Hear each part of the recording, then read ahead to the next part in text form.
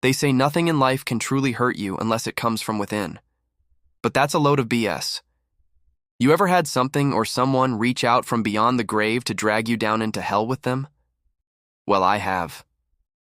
And the worst part is I couldn't even defend myself because this thing was made of metal. Hi, I'm here. This is my story. It happened when I was 12 years old. My dad had taken me to an antique store because he needed a present for my mom.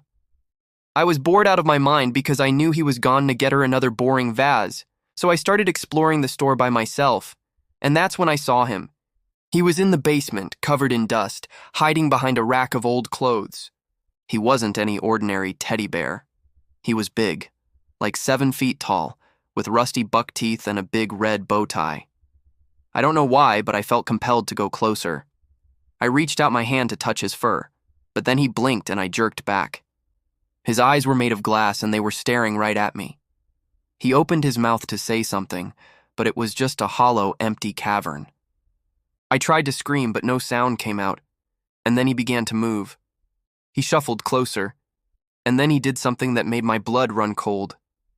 He reached out a hand and touched my cheek. It was cold, like ice cold. And then he leaned in close. His breath smelled like sulfur and decay, and I could see the gears moving in his jaw as he spoke. Play with me. Then he vanished. I ran as fast as I could to the bathroom, but when I looked back, he was gone. Maybe I imagined the whole thing. Maybe it was a trick of the light. Maybe I was going crazy. I didn't know what to think. Then a few days later, it happened again.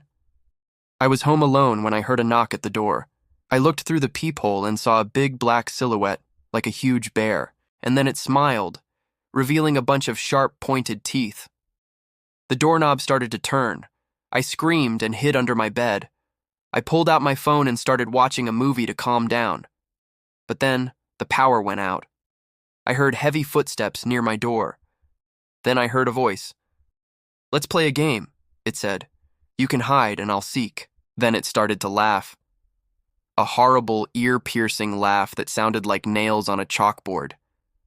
I curled up in a ball and closed my eyes.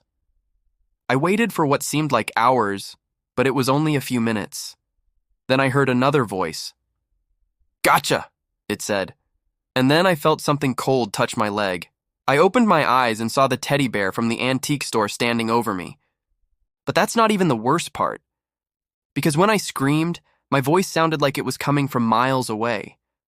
I tried to get away, but my legs felt like they were filled with lead.